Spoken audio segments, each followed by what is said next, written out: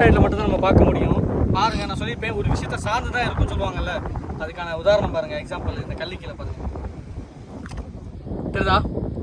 இது அந்த பஞ்சா சங்கு அஞ்சுவல் சங்கு சொல்லுவோம்ல, அதோட கண்ணு தெரியுது பாருங்க, இங்கே வருங்க, தெரியுதா? இது நகண்டு வந்துக்கிட்டு இருக்கு. ஏற்கனவே இது மேலே அந்த சோபி சோழி தெரியல எப்படி சொல்கிறதுன்னு தெரியல. நான் வந்து சோபின்னு சொல்லியிருந்தேன், கமெண்ட்டில் வச்சு செஞ்சுட்டாங்க, என்னோட சோழியை முடிச்சு விட்டாங்க சொல்ல போனால். இது வந்து உயிரோட காலன்னு உங்களுக்கு சந்தேகம் இருக்கும். இந்த பாருங்கள், தெரியுதா? உயிரோட தான் இருக்குது. இது என்ன பண்ணுதுன்னா, இந்த செத்து போன ஆக்டோபஸ் இருக்குல்ல, இங்கே பாருங்கள் என்ன நிலைமையில் இருக்குன்னு, அழுகிட்டு இருக்கு. ஸோ இதை சாப்பிட்டுட்டு இருக்காங்க அந்த 2 பேரும். இதுகளோட பேட்டர்ன் பாருங்கள் எப்படி இருக்குன்னு, எப்படி இருக்கு, அழகாக இருக்கா? டிசைன் பாருங்கள் எப்படி இருக்குன்னு, ஷைனிங்காக இதுதான். ஸோ இது டிஃப்ரெண்ட் வேரியண்ட்டில் இருக்குது.